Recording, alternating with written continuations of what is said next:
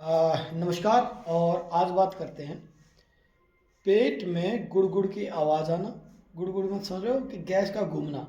आपको ये रहेगा कि गैस हमारे पास नहीं हो रही, ना ऊपर से निकल रही, पेट के अंदर घूम रही है और जितनी बननी चाहिए उससे ज़्यादा मात्रा में वो बन रही है।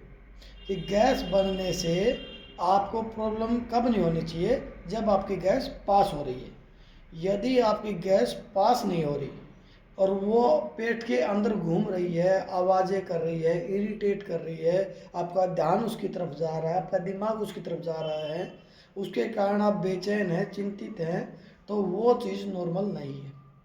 तो गैस का ये रूप सबसे खतरनाक माना गया है संग्रहणी और आईबीएस में। ठीक है। नॉर्मली क्या होता है कि आपको डकारें आती हैं, छोटी डकारें, बड़ी डकारें, दिन में 10 बार 15 बार डकारें आ रही हैं, वहाँ तक भी ठीक है।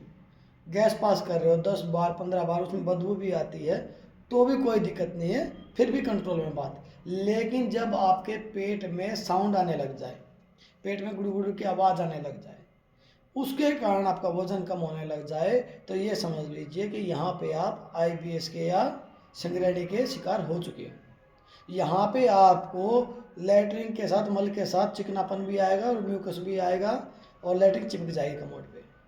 तो ये लक्षण है, तो ध्यान रखें और अपना इलाज ज़रूर कराएं। ठीक है।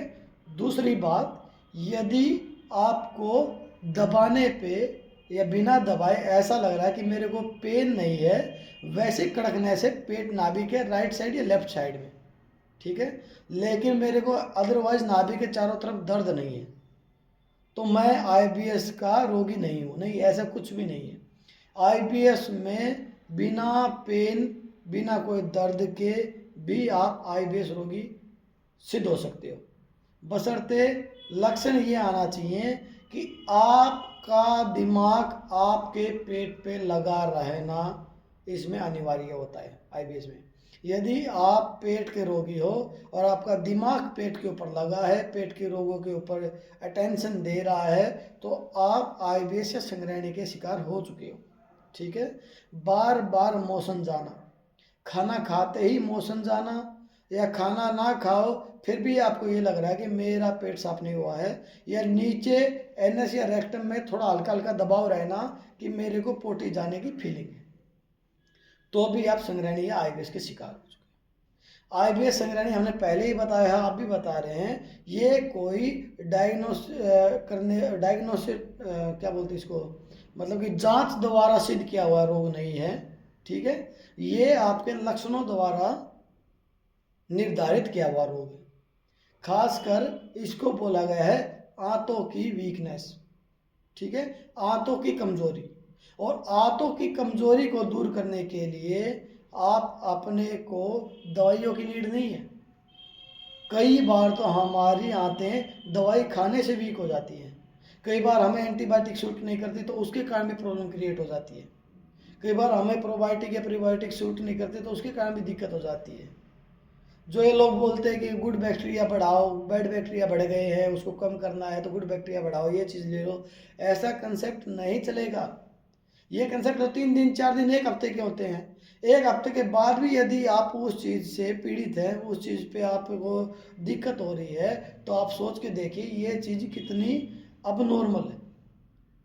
सामान्य स्थिति की चीज़ें नहीं है ये। सामान्य स्थिति की चीज़ें क्या होती हैं कि आज मेरे को लूज मोशन लग गए, कल मैंने दवाई ली, कल मेरे को लूज मोशन में आराम आ गया, परसों मैंने दवाई ली, परसों लूज मोशन नहीं आया, सेमी सॉलिड आ गया, फिर 3 दिन के बाद दवाई ली तो मैं नॉर्मल हो गया। यहाँ आपको दवाइयों की ज़रूरत थी, यहाँ आपको इन्फेक्शन था। लेकिन जब आप दवाइयाँ खा रहे हो, दवाइयों के बावजूद भी आपके लूज मोशन नहीं रुक रहे हैं, चाहे आप 10 दिन लो, 15 दिन लो, 20 दिन लो, 1 महीना लो, 2 महीना लो, उसके बावजूद भी आपके ऊपर कंट्रोल नहीं है दवाइयों का, तो आपकी दवाइयाँ खाना बेकार है। और उतनी ही बेकार है आपके ऊपर जो आप टेस्ट करा रहे हो। टेस्ट कराना, दवाइयाँ खाना वहाँ तक ही लिमिटेड रखो जहाँ तक आपके शरीर के ऊपर वो प्रभाव डाल रही है। जब आपके शरीर के ऊपर कोई चीज़ प्रभाव नहीं डाल रही तो आप उस चीज़ को खा के अपना नुकसान कर रहे हो, ना कि आपका कोई फ़ायदा हो रहा है। ठीक है। तो आप यदि अपनी चीज़ों को सुधारना चाह रहे हैं और आप ये समझना चाह रहे हैं कि मैं रोगी हूँ, तो किस चीज़ का रोगी हूँ, क्या मेरे को वाकई में ये प्रॉब्लम है, या मेरे को ऐसा कोई प्रॉब्लम है कि मेरी नाभि खिसकी हुई है या नले हो गए हैं जैसा बोलते हैं, या मेरी कोड़ी की में कोई दिक्कत है, ठीक है। तो ये सब जो कंसेप्ट है ये 1 या 2 दिन के। यदि आपको नाभि की समस्या तो हम 1 दिन में आपकी नाभि ठीक कर सकते हैं, लेकिन यदि आपकी नाभि बार बार खिसक रही है ठीक कराने के बाद भी, तो आपकी नाभि की समस्या नहीं है, फिर आपकी मसल्स वीक हैं, आपकी आंतें वीक हैं। जब तक आप उनको मजबूत नहीं करेंगे आपकी नाभि क्या, आपका डाइजेस्टिव सिस्टम भी वीक हो जाएगा। तो उसको मजबूत करने के लिए आपको हर ऑर्गन्स को मजबूत करना पड़ेगा, और हर ऑर्गन को मजबूत करने के लिए इसके ऊपर काम करना पड़ेगा आपको अपने लिए। आप अपने लिए डाइट फॉलो करें, आप अपने लिए एक्सरसाइज चुनें, तभी आपका डाइजेशन मजबूत होगा, और डाइजेशन मजबूत होगा तभी आपका पूरा प्रोग्राम अच्छे से चलेगा, पूरी बॉडी अच्छे से चलेगी। यहाँ पे आप एक चीज़ के पीछे नहीं भाग सकते, ना दिमाग के पीछे, ना गट हेल्थ के पीछे, ना सेक्सुअल चीज़ों के पीछे। आपको तीनों चीज़ों के लिए काम करना है। तो आपके लिए एक ही सीढ़ी है, वो पहली सीढ़ी है पेट।